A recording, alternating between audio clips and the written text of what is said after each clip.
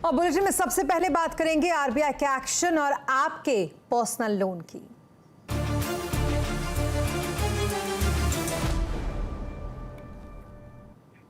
Personal loan लेना आने वाले वक्त में महंगा और मुश्किल दोनों हो सकता है। दरअसल कल शाम आरबीआई ने एक बड़ा फैसला लेते हुए कंज्यूमर लोन पर क्रेडिट रिस्क वेटेज को 25% तक बढ़ा दिया। इसका असर सीधे आपको personal loan, credit card loan पर पड़ेगा। इसको समझते हैं। वरिष्ठ सहयोगी लता वेंकटेश इस वक्त हमारे साथ हैं। उनसे लता जी, दर्शकों को जरा बताइए कि आरबीआई ने ये क्या किया है और इससे किस तरीके से लोन, खास तौर पर जो पर्सनल लोन है उस पर इसका असर पड़ेगा। रिजर्व बैंक ने ये कहा कि जब भी बैंक्स और एनबीएफसीज ऐसे लोन्स दे रहे हैं जिसके लिए कोई कोलैटरल नहीं है, जो पर्सनल लोन है, हम आप लेते हैं, इसमें व्हीकल लोन इंक्लूडेड नहीं है क्योंकि उसके पीछे एक गाड़ी है, होम लोन इंक्लूडेड नहीं है, और एमएफआईज के लोन्स, एजुकेशन लोन्स भी इंक्लूडेड नहीं है। बाकी के जो पर्सनल लोन्स हम ले रहे हैं उसके लिए बैंक्स और एनबीएफसीज को ज़्यादा कैपिटल रखना पड़ेगा। अभी हमें ये रूल समझ लेना चाहिए कि हर कंट्री में बैंक्स और एनबीएफसीज को एक कायदा है। 100 रुपये लोन में 8% that is 8 rupees share holder का कंट्रीब्यूशन है, 92 रुपीज़ ही डिपॉजिटर्स का है। लेकिन ये सब लोन के पीछे 8 रुपीज़ नहीं लगाना है। अगर डिपॉजिटर के पैसे आप गवर्नमेंट सिक्योरिटीज़ में इन्वेस्ट कर रहे हो तो उसके लिए 25 पैसा कैपिटल काफ़ी है। रिस्कियर लोन के लिए 8 रुपीज़ से ज़्यादा लगाना पड़ता है। यही आरबीआई ने कहा है 125%, मतलब 8 रुपीज़ नहीं और एक 25, मतलब 10 रुपीज़ कैपिटल लगाना पड़ेगा। जहां 150 रिस्क वेट है वहां पे 12 रुपये लगाने पड़ेंगे बैंक्स को। एनबीएफसीज को वैसा ही, उनका मिनिमम 15% कैपिटल है तो उनका 25% और ज़्यादा बढ़ेगा, 18 रुपीज़ पर 100 रुपये लोन हो जाएगा। तो सबको कैपिटल की ज़रूरत पड़ेगी। कैपिटल महंगी है, अगर महंगा है तो बैंक्स वो कॉस्ट को पास ऑन कर देंगे। तो ये हुआ है कि आरबीआई ने बैंक्स जो लोन एनबीएफसी को दे रहे हैं वो महंगा हो जाएगा, और बैंक्स एंड एनबीएफसीज जो पर्सनल लोन दे रहे हैं वो भी महंगा हो जाएगा क्योंकि कैपिटल कॉस्ट कवर करना है। जी, बहुत शुक्रिया मैम तमाम डिटेल्स के लिए और दर्शकों को ये समझाने के लिए। दर्शकों की सहूलियत के लिए आपको बता दें कि एक बार फिर से कि आरबीआई के इस फैसले का असर home loan, education loan, auto loan और गोल्ड लोन पर नहीं पड़ने वाला है। इसके अलावा पर्सनल लोन पर इसका असर पड़ेगा। अब एसबीआई के चेयरमैन दिनेश खारा ने कहा कि आरबीआई के रिस्क वेटेज बढ़ाने से अनसिक्योर्ड लोन के बढ़ने के कारण पैदा हुए रिस्क कम होंगे। उन्होंने कहा कि इससे पर्सनल लोन महंगा होगा। Well, I think the most important component is that the risk weights have been increased from 100 to 125% in case of unsecured loans. But I would also like to mention that pre-COVID, this was actually 125%. During COVID period only, it was brought down to 100. And now they are back to 125%. So that is one of the major aspect which has to be kept in mind. But also at the same time, the concerns which are being raised by Honorable RBI Governor relating to the growth in the unsecured loan in the system, I think to that extent, this effort is to ensure that the system stays insulated from any potential risk. That is the reason why perhaps this risk weights for the unsecured loans have been increased, and also the lending to the NBFCs also, in whatever rating they are, it has been increased by another 25 basis point. But so that's how this is all. This is the broad import. और federal bank की subsidiary fed bank financial services के MD and CEO Anil Kothuri का कहना है कि RBI ने सही फैसला लिया है और इस कदम से सिस्टम में रिस्क कम होगा। आप भारत में इजी लोन डिस्ट्रीब्यूशन के माध्यम से भारत को सशक्त बनाना चाहते हैं, भारत को आत्मनिर्भर बनाना चाहते हैं, लेकिन नए नियम जो कि हाल ही में आरबीआई ने लागू किए हैं, उससे ये इजी डिस्ट्रीब्यूशन ऑफ लोन्स के ऊपर कितना इम्पैक्ट पड़ने वाला है? सो आरबीआई ने कल जो नियम लागू किए हैं, that has been with the intent of ensuring sustainable growth in the financial services sector. RBI ने ये ऑब्जर्व किया है कि कंजम्पशन रिलेटेड अनसिक्योर्ड लोन्स बहुत ज़्यादा बढ़ गए हैं। इससे ज़्यादा बढ़ने से they can be a systemic kind of problem. उस हिसाब से ये लोन देना लोग भी बंद कर लें, इनका डेलिंक्वेंसी बढ़े। सो The RBI जो उन्होंने किया है is to guard against all that and ensure sustainable growth. Okay? So that is the RBI measure. Now I think what this will do is to ensure that the rest of the system takes cognizance और जो growth जो है जो ढंग से हो ठीक तरीके से हो. That is the measure. That is the impact of this circular. इसी में ऐड ऑन करते हुए यदि आप देखें तो लोन देना और फंड जुटाना दोनों ही एनबीएफसीज के लिए महंगा होने वाला है। तो जो मार्जिन्स हैं आपके उनको सस्टेन करने के लिए क्या प्लान है, कैसे उन्हें सस्टेन करेंगे, आगे क्या आउटलुक भी रहेगा मार्जिन्स को लेकर? ये निश्चित नहीं है कि दोनों इम्पैक्ट जो बताए वो होंगे या किस हद तक होंगे, वो अभी हम राय बनाने के प्रयास में हैं। आप देखें, we are a secured lender, so 86% of our business is secured and the remaining is unsecured lending for working capital. ये consumption loans नहीं देते हैं हम, तो वो एक बात है। और दूसरा जो है, हमारे लोन सब प्रायोरिटी सेक्टर लोन्स जो हैं, ये उद्यम सर्टिफिकेट देते हैं for small self employed customers who are engage in productive purpose, so वो लोन देते हैं हम। सो इस हिसाब से क्या फ़र्क पड़ेगा या कितना फ़र्क पड़ेगा, अभी we need to dimension that and we will anyway react to that and take that into cognizance.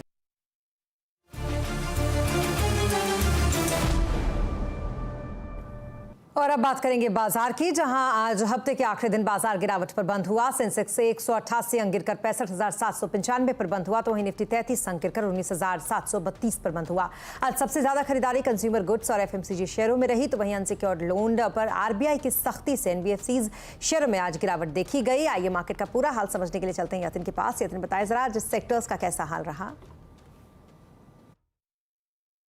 देखिए, अगर हम मार्केट की बात करें तो क्लियरली जो आरबीआई का सर्कुलर था उसके चलते निफ्टी बैंक में सबसे ज़्यादा कमजोरी थी और शायद इसी वजह से आज बाजार थोड़े नरम नोट पे बंद हुआ। वीक के लिए अच्छे गेंस दिखे हमको, लेकिन अगर हम निफ्टी गेनर से शुरू करते हैं तो लाइफ इंश्योरेंस कंपनीज काफ़ी तेज़ी में थी। एसबीआई लाइफ और एचडीएफसी लाइफ, इन दोनों ही शेयर में आपको 3 से 4% तक की तेज़ी दिखाई पड़ेगी। इसके अलावा अपोलो हॉस्पिटल्स और एलएनटी जैसे शेयर्स में अच्छी खासी खरीदारी दिखी। लूजिंग साइड पर ज़्यादातर आपको बैंकिंग शेयर्स ही दिखेंगे, तो एसबीआई, एक्सिस बैंक जैसे काउंटर्स में 3-3.5% तक की गिरावट थी। तब ओएनजीसी और बीपीसीएल जैसी सरकारी कंपनीज में ऊपर के लेवल से आपको प्रॉफिट टेकिंग आती हुई नजर पड़ी। अगर हम मिड कैप गेनर्स की बात करें तो क्लियरली यहां टाटा इन्वेस्टमेंट 20% ऊपर आपको दिखाई पड़ेगा। इसके अलावा वैरॉक इंजीनियरिंग, सारेगामा, इरकॉन जैसे काउंटर्स में आपको अच्छी तेजी दिखेगी। इनफैक्ट आज रेलवे शेयर्स में काफी अच्छी तेजी दर्ज हुई। लूजिंग साइड पे ऑब्वियसली आरबीएल बैंक, एफएनओ का टॉप लूजर, 8% की गिरावट, क्योंकि इनका बहुत बड़ा एक्सपोजर अनसिक्योर्ड लोन और क्रेडिट कार्ड बिजनेस की तरफ है। इसके अलावा क्रेडिट एक्सेस ग्रामीण, चोला फाइनेंस, आईडीबीआई बैंक जैसे काउंटर्स में आपको थोड़ी बहुत बिकवाली हावी होती हुई दिखाई पड़ी। लेकिन ओवरऑल अगर आप देखें, आज मार्केट में सबसे ज़्यादा सेलिंग आपको एनबीएफसी शेयर्स में आती हुई दिखाई पड़ी। जी, बहुत शुक्रिया तमाम डिटेल्स के लिए आपका यातिन। और क्या बाजार में वापस तेजी लौट रही है? आज आवाज अड्डा में इसी पर करेंगे बड़ी चर्चा शाम 7:57 पर।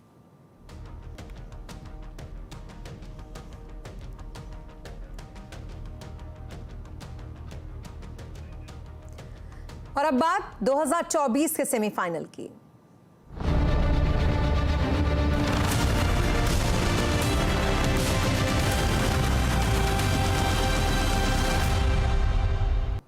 मध्य प्रदेश और छत्तीसगढ़ के विधानसभा चुनाव के लिए वोटिंग जारी है। मतदान केंद्रों पर सुबह से ही बड़ी संख्या में लोगों की भीड़ दिखाई दे रही है। मध्य प्रदेश की अगर बात करें तो यहां पर सभी 230 सीटों के लिए वोट डाले जा रहे हैं, जबकि छत्तीसगढ़ में 70 बाकी बचे सीटों पर आज मतदान हो रहा है। मध्य प्रदेश में कई दिग्गज नेताओं ने मतदान किया। मुख्यमंत्री शिवराज सिंह चौहान ने अपनी पत्नी के साथ वोट डाला। कांग्रेस के नेता कमलनाथ और दिग्विजय सिंह ने भी मतदान किया है। केंद्रीय मंत्री नरेंद्र सिंह तोमर, ज्योतिरादित्य सिंधिया, इन्होंने भी वोट किया। वहीं इंदौर में बीजेपी नेता कैलाश विजयवर्गीय ने भी अपना मतदान किया है। 3 बजे तक की अगर बात करें तो मध्य प्रदेश में 60% से ज्यादा और छत्तीसगढ़ में 55% से ज्यादा वोटिंग हो चुकी है, जो कि एक बहुत अच्छा वोटिंग परसेंटेज यहां पर देखने को मिल रहा है। हमारे साथ भोपाल से इस वक्त हमारे संवाददाता शैलेंद्र जुड़ चुके हैं, उनके पास चलते हैं। शैलेंद्र, बताएं जरा क्या कुछ हाल है इस वक्त वहां का? देखिए बिल्कुल मध्य प्रदेश में मतदान थम चुका है। 5 बजते के साथ ही मतदान अब खत्म हो चुका है। अब उसके बाद धीरे धीरे पता चलेगा कि कितने प्रतिशत वोटिंग हुई है। लेकिन हमने जब निर्वाचन आयोग से पता किया तो बताया जा रहा है कि जो अभी अनुमानित रेंडमली जो जानकारी आई है वो 75% से ऊपर एमपी में मतदान हो चुका है। और ये आंकड़ा दूर दराज के अंचलों से जब सारी रिपोर्ट आ जाएगी तो करीब 80% भी जा सकता है। तो मध्य प्रदेश में पहली बार इतनी बम्पर वोटिंग हुई है। देखा जाए तो वर्ष 2003 के बाद से 20 साल बाद इतनी बड़ी वोटिंग हुई है, इतना बड़ा प्रतिशत आया है। तो निश्चित ही ये एक चौंकाने वाला है, क्योंकि ये माना जा रहा था कि एमपी में हो सकता है कि 70 या 72% मतदान का रहेगा, लेकिन करीब 5 से 8% मतदान ज़्यादा हुआ है। यानी कि वोटर्स बड़े जागरूक थे और लगातार जिस तरह जागरूकता के अभियान चलाए गए उसका असर देखने को मिला है। और देर रात तक जब ये आखिरी आंकड़ा आएगा रिपोर्ट तो ये भी कह रही है कि इसमें ज्यादा परसेंटेज जो है इस बार महिलाओं ने बड़ा अच्छा बढ़ चढ़कर वोट दिया है पुरुषों के मुकाबले। बिल्कुल बिल्कुल। देखिए मध्य प्रदेश में बार बार ये माना जा रहा था कि इस बार के चुनाव में महिलाएं ही गेम चेंजर होगी। तो महिलाओं का जिस तरीके से वोट प्रतिशत बढ़ा है, जो उत्साह महिलाओं में देखा गया, सुबह से इतनी बड़ी कतारें देखी गई महिलाओं के वोट डालने की, जो कि चौंकाने वाली थी। तो निश्चित ही इस बार का चुनाव कहीं ना कहीं महिलाएं ही निर्णायक है और महिलाओं ने ही प्रत्याशियों के भाग्य का फैसला किया है, क्योंकि करीब 5 से 7% वोट महिलाओं का बढ़ा है, जो निश्चित ही बड़ा गेम चेंजर माने जा रहा है। और ये संभावना है कि ये भी माना जा रहा है कि हो सकता है कि मध्य प्रदेश में जो लाडली बहना योजना आई है उसके कारण ये बड़ा उत्साह महिलाओं में देखा गया, या ये हो सकता है कि महिलाओं में कोई गुस्सा हो उसका भी ये प्रतिशत बढ़ा। या सारा भाग पेटियों में बंद है, ईवीएम में बंद है, लेकिन निश्चित ही इस बार के चुनाव परिणाम में महिलाएं ही सबसे बड़ा गेम चेंजर होगी। चलिए, बहुत शुक्रिया तमाम डिटेल्स के लिए आपका शैलेंद्र। तो कुल मिलाकर अभी वोटिंग थम चुकी है और इस वोटिंग के साथ ही एक बड़ा वोटिंग परसेंटेज जिसका अनुमान लगाया जा रहा है। अब शाम होते होते पता चलेगा कि मध्य प्रदेश में कितने परसेंट एक्चुअल वोटिंग हुई है। अब आगे बढ़ेंगे। बात सोशल मीडिया पर जो आलोचना हुई है उसके बाद रेलवे डायनेमिक फेयर को रिव्यू करेगी। सूत्रों के मुताबिक रिव्यू में कम परसेंटेज पर कैपिंग लगाने पर फैसला मुमकिन है। संवाददाता दीपाली नंदा से बात करते हैं इस बारे में। दीपाली, बताया जरा डायनेमिक फेयर रिव्यू की क्या ये पूरी कहानी क्या है, और जो सुविधा जैसी ट्रेन चलाई जा रही है उसमें तो टिकट प्लेन से भी ज्यादा महंगे हैं। देखिए, ये पूरा मामला क्या है संक्षिप्त में पहले मैं आपको बता देती हूँ। दरअसल पिछले एक आध दिन से सोशल मीडिया पर ये काफ़ी वायरल हो रहा था कि मुंबई से पटना के बीच जो सुविधा ट्रेन चलाई जा रही है, छठ के मौके पर किराया सेकंड एसी में 9300 रुपये से ज़्यादा हो गया है। और ये सब कुछ हुआ है डायनामिक प्राइसिंग पॉलिसी की वजह से, जिसमें जैसे जैसे डिमांड बढ़ती है अगली सीट्स का जो किराया है वो बढ़ता जाता है। और जो लिमिट है इसमें वो बेस फेयर से 3 गुना तक की लिमिट है। अब हमें ये सूत्रों से एक्सक्लूसिव जानकारी मिल रही है कि रेल मंत्रालय जो सुविधा ट्रेनों में फ्लेक्सी फेयर या जिसे डायनामिक प्राइसिंग बोलते हैं उसको रिव्यू कर सकती है। अब रिव्यू में काफ़ी संभावना ये बन रही है कि जो कैपिंग है जो अभी 3 गुना है, बेस फेयर की 3 गुना है, इसको घटाकर कम किया जा सकता है, ताकि बेतहाशा किराया जो बढ़ता हुआ नजर आता है फेस्टिव डिमांड के दौरान उस पर थोड़ा ब्रेक लगाया जा सके।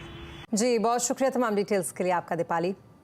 और देश की राजधानी दिल्ली और उससे सटे एनसीआर की हवा लगातार जहरीली बनी हुई है। राजधानी की ही अगर बात करें तो यहाँ का AQI काफी दिनों से खतरनाक श्रेणी में है। इस बीच दिल्ली सरकार भी प्रदूषण को रोकने के लिए कई कदम उठा रही है, हालांकि उसका कोई खास असर होता नहीं दिख रहा है। अब आज की अगर बात करें तो 17 नवंबर को सुबह 5 बजे करीब आनंद विहार में AQI था 447। इसके अलावा आरके पुरम में AQI 465 रहा। IGI एयरपोर्ट पर AQI 467 रहा। द्वारका इलाके में AQI 490 तक दर्ज किया गया। तो वहीं दिल्ली से सटे नोएडा और गाजियाबाद में भी AQI बेहद खराब श्रेणी में बना हुआ है। उत्तरकाशी में टनल में फंसे 40 मजदूरों की जिंदगी की जंग अभी जारी है। 6 दिन के बाद भी उन्हें बाहर नहीं निकाला जा सका है। एनडीआरएफ, एसडीआरएफ समेत विदेशी टीम राहत और बचाव कार्य में जुटी हुई हैं, लेकिन कोई सफलता अब तक हाथ नहीं लग पाई है। अब मजदूरों की तबीयत भी बिगड़ने लगी है।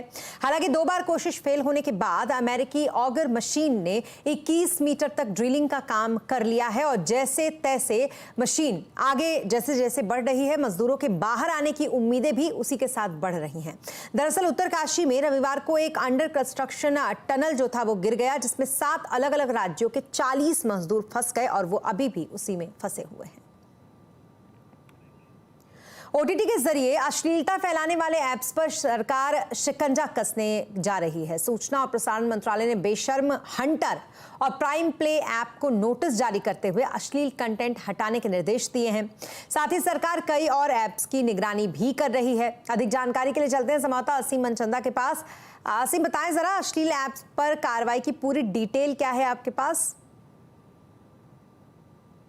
देखिए, बहुत सारे ऐप हैं जो क्रिएटिविटी और कंटेंट के नाम पर अश्लीलता फैला रहे हैं। लोगों को सिर्फ अश्लील कंटेंट यहां पर दिखाया जाता है। अब सरकार ने इनके ऊपर शिकंजा कस दिया है। सरकार ने पहली बार आईटी एक्ट के सेक्शन 67 और 67A का इस्तेमाल किया है। इसका इस्तेमाल करते हुए सरकार ने 3 OTT ऐप्स को निर्देश दिए कि अपने यहाँ पर जो कंटेंट आपने होस्ट किया है उसको हटा लें या उसको टोन डाउन कर लें। खासतौर पर कि सरकार ने अभी 3 ऐप बेशरम, हंटर और प्राइम प्ले पर को नोटिस जारी किया और इनसे कंटेंट हटाने के निर्देश दिए। इतना ही नहीं, सरकार बाकी सभी ऐप्स की भी निगरानी कर रही है और उनके ऊपर भी जल्दी ही एक्शन ले सकती है। अभी फिलहाल 58 के आसपास ऐप है जो कि सरकार के पास रजिस्टर्ड है, लेकिन सबसे ज्यादा कंप्लेंट सरकार को अनरजिस्टर्ड ऐप के ऊपर मिल रही है। तो सरकार अब उनके ऊपर भी कार्रवाई करने की तैयारी कर रही है। सरकार जल्दी ही नया ब्रॉडकास्टिंग बिल लेकर के आएगी। उसमें सरकार के पास ज्यादा पावर होंगी और उन पावर्स के जरिए सरकार इन OTT ऐप्स के ऊपर शिकंजा कसेगी, उन्हें अश्लील कंटेंट हटाने के लिए मजबूर करेगी। जी, बहुत शुक्रिया तमाम डिटेल्स के लिए आपका असीम। और यहाँ रुकेंगे छोटे से ब्रेक के लिए। ब्रेक के बाद जल्द होंगे हाजिर, आप बने रहे हमारे साथ।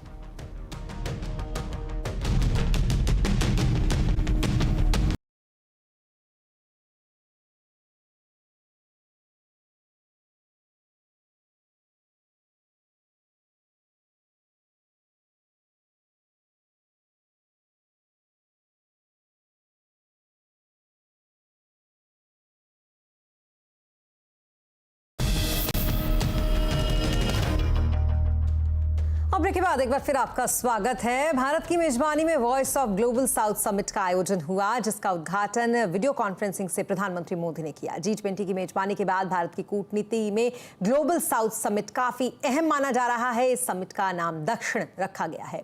इस दौरान प्रधानमंत्री मोदी ने ग्लोबल साउथ के देशों के लिए ग्लोबल केंद्र का उद्घाटन भी किया और इस दौरान पीएम ने समिट को संबोधित भी किया, जहां उन्होंने इजरायल और हमास के युद्ध में नागरिकों की मौत की कड़ी निंदा की। वैश्विक समृद्धि के लिए सबका साथ और सबका विकास जरूरी है, लेकिन हम सभी देख रहे हैं कि पश्चिम एशिया क्षेत्र की घटनाओं से नई चुनौतियां उभर रही है। भारत ने 7 अक्टूबर को इजरायल में हुए जघन्य आतंकी हमले की निंदा की है। हमने रिस्ट्रेंट के साथ ही डायलॉग और डिप्लोमेसी पर भी जोर दिया है।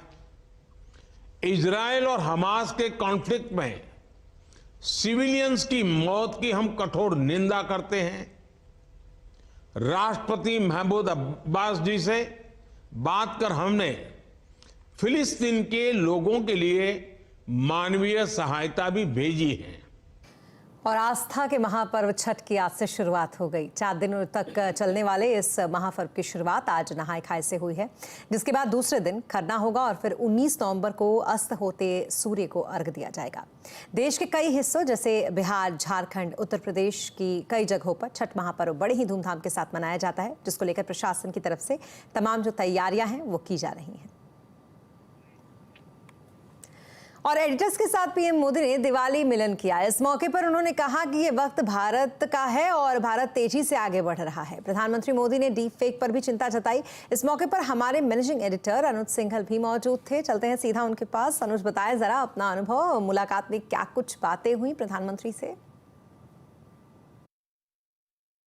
देखिए, आज प्रधानमंत्री मोदी जी ने एक जर्नलिस्ट और एडिटर्स के साथ एक खास भेंट की। कोरोना के बाद बहुत समय के बाद ये इस तरह की मीटिंग हुई थी और प्रधानमंत्री जी ने उसमें 2-3 चीज़ें कही।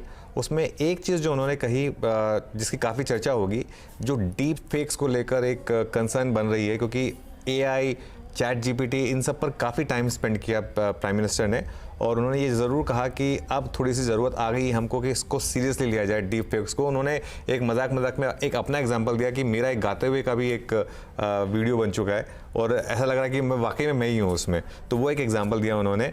एक और जो चीज़ उन्होंने कही जिस पर फोकस किया कि 2047 तक इंडिया को डेवलप्ड कंट्री बनाना है, और इसमें उनका ये मानना था कि मीडिया को भी एक बड़ा रोल प्ले करना है और हमें हर शहर में जाकर ये पूछना है कि क्या आप अपनी इकोनॉमी को डबल कर सकते हैं। तो ये 2 चीज़ें थी जो आज मेरे हिसाब से मेन रही। बाकी प्रधानमंत्री जी ने क्योंकि काफ़ी समय के बाद मीडिया वालों से मिले थे, तो जो कोविड में थोड़ा सा नुकसान हुआ था, जो काफ़ी लोगों की लॉस ऑफ लाइफ जो हुई थी, उस पर भी थोड़ा दुख जताया प्रधानमंत्री जी ने। और अगेन ये भी बताया कि देखिए उसके बाद हम किस तरीके से हम लोगों ने बाउंस बैक किया, वो अपने आप में एक टेस्टामेंट है इस चीज़ के लिए कि हम एक डेवलप्ड कंट्री की तरफ जा रहे हैं। जी, बहुत शुक्रिया अपना अनुभव हमसे साझा करने के लिए। और अब बात क्रिकेट वर्ल्ड कप की।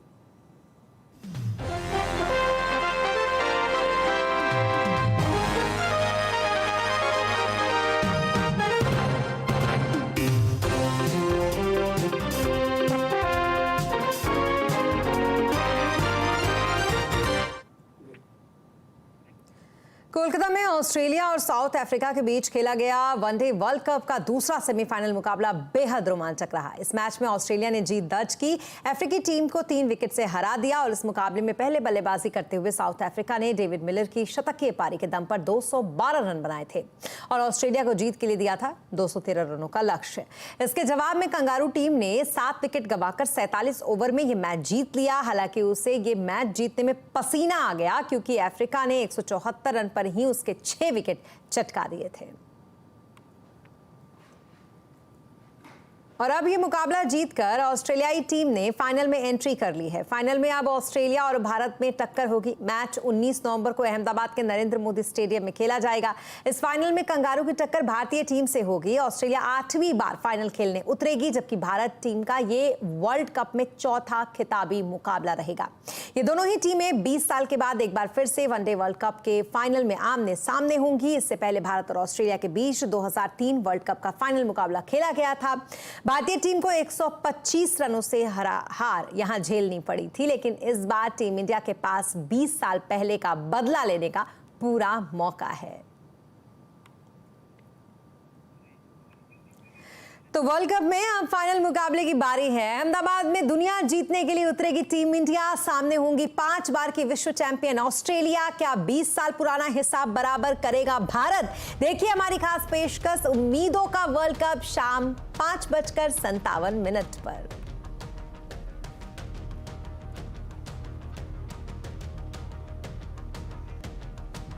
और अब बात हमारी खास पेशकश मिशन स्वच्छता और पानी की, जिसमें हम आपको त्रिची में रहने वाली कमलम की प्रेरणादायक कहानी दिखाने जा रहे हैं। कम्युनिटी टॉयलेट में एक साधारण सैलरी वाली महिला से लेकर एक ट्रेनर, एक आध्यात्मिक लीडर बनने तक की कमलम की यात्रा समाज में बड़े बदलाव का एक सबूत है। यही नहीं, उन्होंने ट्रांसजेंडर समुदाय के लिए समान अवसरों और अधिकारों के लिए भी एक मुहिम छेड़ रखी है।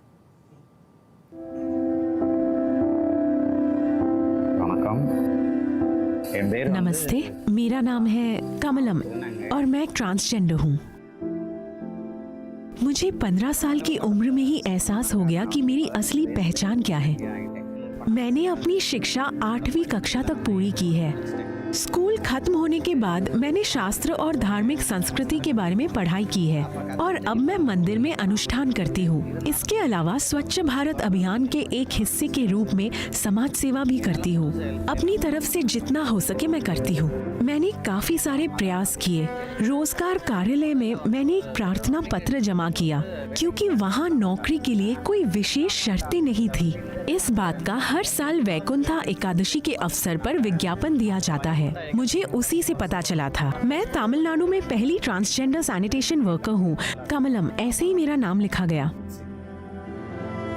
हमारे आसपास साफ सफाई का ध्यान रखना बहुत जरूरी है। आज भी घरों में शौचालय की कमी है। हमें ध्यान रखना चाहिए कि ये शौचालय साफ रहे और दूसरों को इनकी महत्व के बारे में जागरूक करे। हमें वो पहचान और अधिकार प्रदान करे जिसके हम हकदार हैं। यदि सफाई की सरकारी नौकरी दी जाए तो हम इनकार नहीं करेंगे। बस एक बार नौकरी देकर तो देखिए।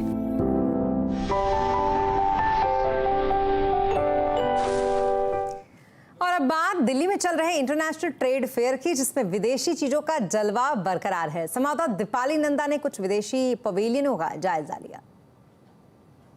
दिल्ली में चल रहे अंतर्राष्ट्रीय व्यापार मेला में इस बार टर्की, थाईलैंड, दुबई और अफगानिस्तान जैसे देश भी हिस्सा ले रहे हैं। तो क्या कुछ खास है इन देशों के पवेलियन में? शुरुआत करते हैं टर्की से। आप देख सकते हैं टर्की की जो एक सेरेमिक आर्ट है वो यहाँ पर काफी अच्छे से दिखाई गई है। अलग अलग लैंप्स आपको मिल जाएंगे, कटलरी मिल जाएगी और इस तरह से ये जो आप देख रहे हैं इसका नाम है अलाउद्दीन, यानी कि ये अलादीन का चिराग है। आप इसको जला सकते हैं और घर में रोशनी कर सकते हैं। उसके अलावा भी आप देख सकते हैं यहाँ पर जो अलग अलग डेकोरेटिव आइटम्स है वो शोकेस की गई है। तो यहाँ पर अगर आप आते हैं तो 500 रुपए से लेकर 5000 रुपए तक के शोपीस टर्की के स्टॉल पर खरीद सकते हैं। तो चलिए अब मैं आपको लेकर चलती हूँ अफगानिस्तान के स्टॉल पर, वहां पर देखते हैं क्या कुछ है खास। अब मैं आ गई हूँ अफगानिस्तान में और यहाँ पर अगर अफगानिस्तान की बात करें तो ड्राई फ्रूट्स की यहाँ पर भरमार है। अलग अलग तरह का ड्राई फ्रूट आपको यहाँ पर मिल जाएगा। अफगानिस्तान के जो स्टॉल पर मैं मौजूद हूँ, सबसे पहले आप देखेंगे इसको हम चिलगोजा और नेजे दोनों कहते हैं। ये यहाँ पर इसकी अच्छी वैरायटी मिल जाएगी। जो मुझे काफी अलग खजूर लगी वो ये होती है रेहान खजूर और ये 2500 रुपए किलो है। काफी बड़े साइज में खजूर है यहाँ पर। उसके अलावा मामरा गिरी आप देख सकते हैं। अंजीर की यहाँ पर अच्छी वैरायटी है। अखरोट आप देखेंगे वो भी यहाँ पर अच्छी क्वालिटी का मिल रहा है। तो अगर आप ड्राई फ्रूट के शौकीन हैं और आप चाहते हैं कि कुछ हेल्दी खरीदना, तो अफगानिस्तान के एक स्टॉल पर आकर इसकी खरीदारी कर सकते हैं। और इसी के साथ इस बुलेटिन में फिलहाल इतना ही, लेकिन खबरों पर लगातार अपडेट के लिए आप बने रहें CNBC आवाज के साथ। नमस्कार।